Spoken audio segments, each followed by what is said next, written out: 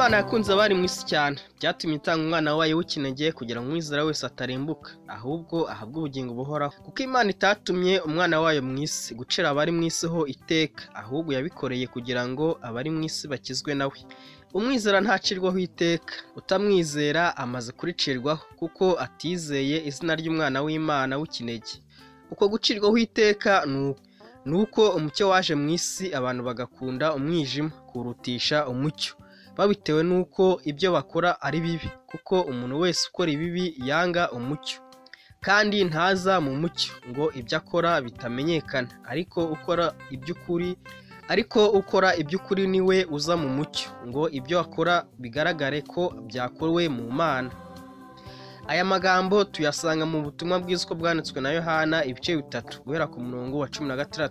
Tujye kuganira ku buzima umuntu akwiye kubamo hano mu isi. Iyi ni Ararume TV Rwanda, Ngende Jado udahemuka. Ikaze.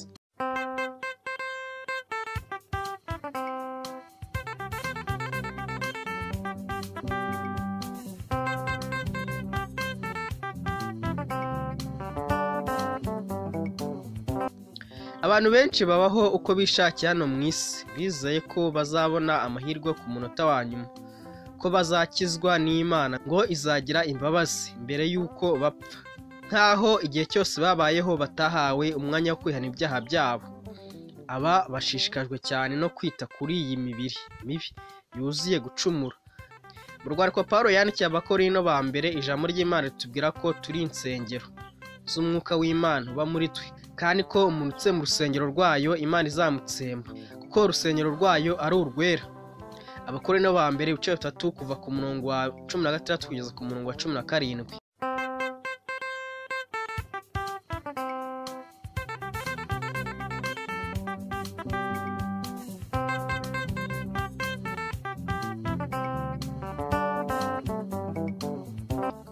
Mu busanzwe abantu bibwira ko kujya mu materaniro no gusenga ariko gutinya Imana, kimwe n'abantu kugeza ubwo bapfukama mu byono ngo biyereke Imana, nyamara bagitsimbaraye ku ngeso zabo zose za kamere y'icyaha. Ugasanga umuntu mu gitondo agiye gusenga, nyamara yavayo agakora ibyaha, ejo akiyongeza ibindi. Ni umujura cyangwa ni umusambanyi, ariko wamubaza akakubwira ko ari umukristo. Nyamara kugira ngo umuntu abe umukristo abanza kwihana ibyaha bye byose, agasaba Imana imbabazi, amaraso ya Yesu akamweza, kuko nta muntu n'umwe uzajya mu ijuru atarejejwe n'amaraso ya Yesu. Niyo mpamvu indirimbo ya 38 mu gushimisha Imana mu nyikirizo yayo ikubaza ngo wogejwe na Yesu, watunganyijwe n'amaraso, hari ubwo yakuhagije amaraso, mbese imyambaro yawe irera?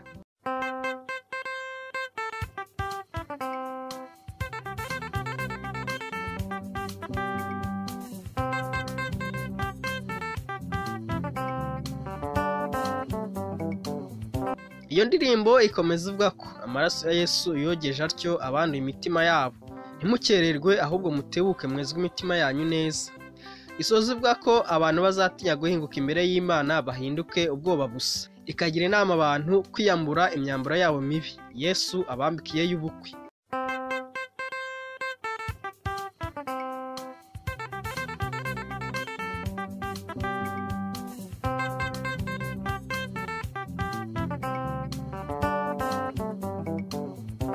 Niba ufite umugambi wo kujya mu ijuru, banza wizere Yesu, wihane ibyaha byawe wakoze byose, ubundi akwejeshe amaraso ye. Yesu niwe nzira n'ukuri n'ubugingo, ntawe ujya mu ijuru atari we umujyanye. Banza wiyuzuze na Yesu, ubundi ubone kuba umukristo. Intumwa Pawulo ivuga iki ku bukristo bwe? Mugere ikirenge mu cyanjye nk'uko nanjye ngigera mu cya Kristo. Urwandiko rw'Abakorinto ba mbere igice cya 11 umurongo wa 1. Iyi ni intego ikwiriye guharanirwa na buri wese.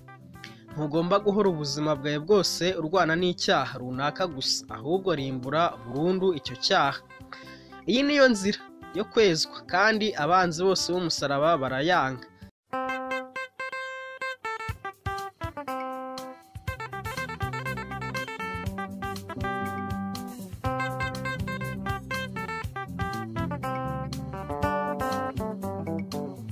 Indirimbo y'145 mu gitabo cy'indirimbo zo gushimisha Imana iravuga ngo dore inzira ijya mu ijuru ni imwe, ni iya Yesu n'umusaraba we, nta yindi nzira tuzabona, ntayiriho haba n'imwe, ni ukuri inzira ijya mu ijuru ni iy'umusaraba. Umusaraba wa Kristo ni inyungu kandi umutwaro we uroroshye. Urubuga rwa murandasi rw'agakiza.org ruvuga ko ubuzima bwa Kristo ari ubuzima budahungabana, bwuzuye kandi bwihagije. Niba ushaka kubona abantu bizewe kandi bo kwigiraho, abo ni abakristo by'ukuri, ni abagenzi bajya mu ijuru. Abo batinya kurimbuka, bagatinya gukora icyaha. Ubashakishe bazakugira inama. Kwemera umusaraba wa Kristo bisaba kubaho ubuzima bwo kwiyanga no kwanga icyaha.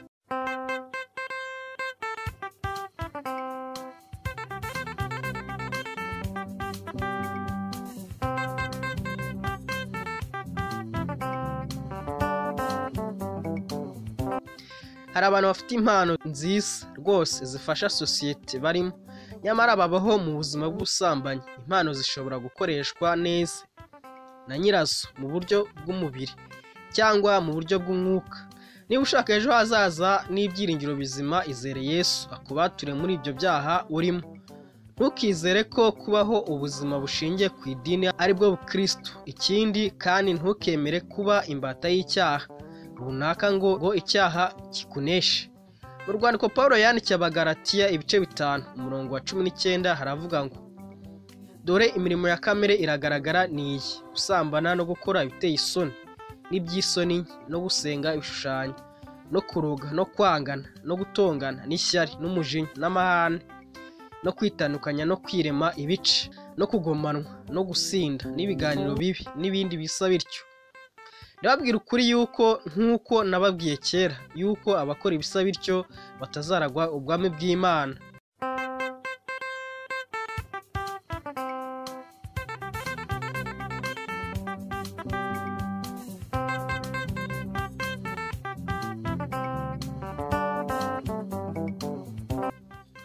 Nshuti muvandimwe ukurikiye Alarm TV Rwanda, ibuka ko iyi si turimo tutazayibaho iteka. Niyo mpamvu buri munsi uhora wumva abantu bitabye Imana. Twese tuzapfa, ariko ikibazo si ugupfa, ahubwo ikibazo ukwiriye kwibaza ni iki: ese nyuma yo gupfa nzajya he?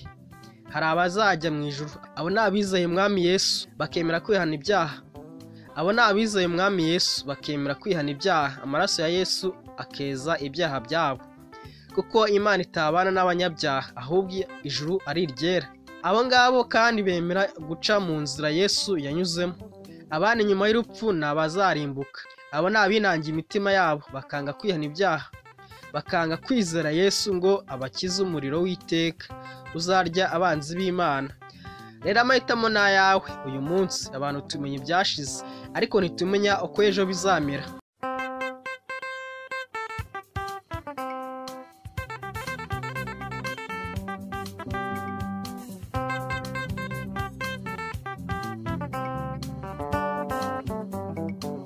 Iyi ni Alarm TV Rwanda. Niba utarakora subscribe wayikora kugira ngo uzabone n'ibindi biganiro bizakurikira. Yesu aguhe umugisha.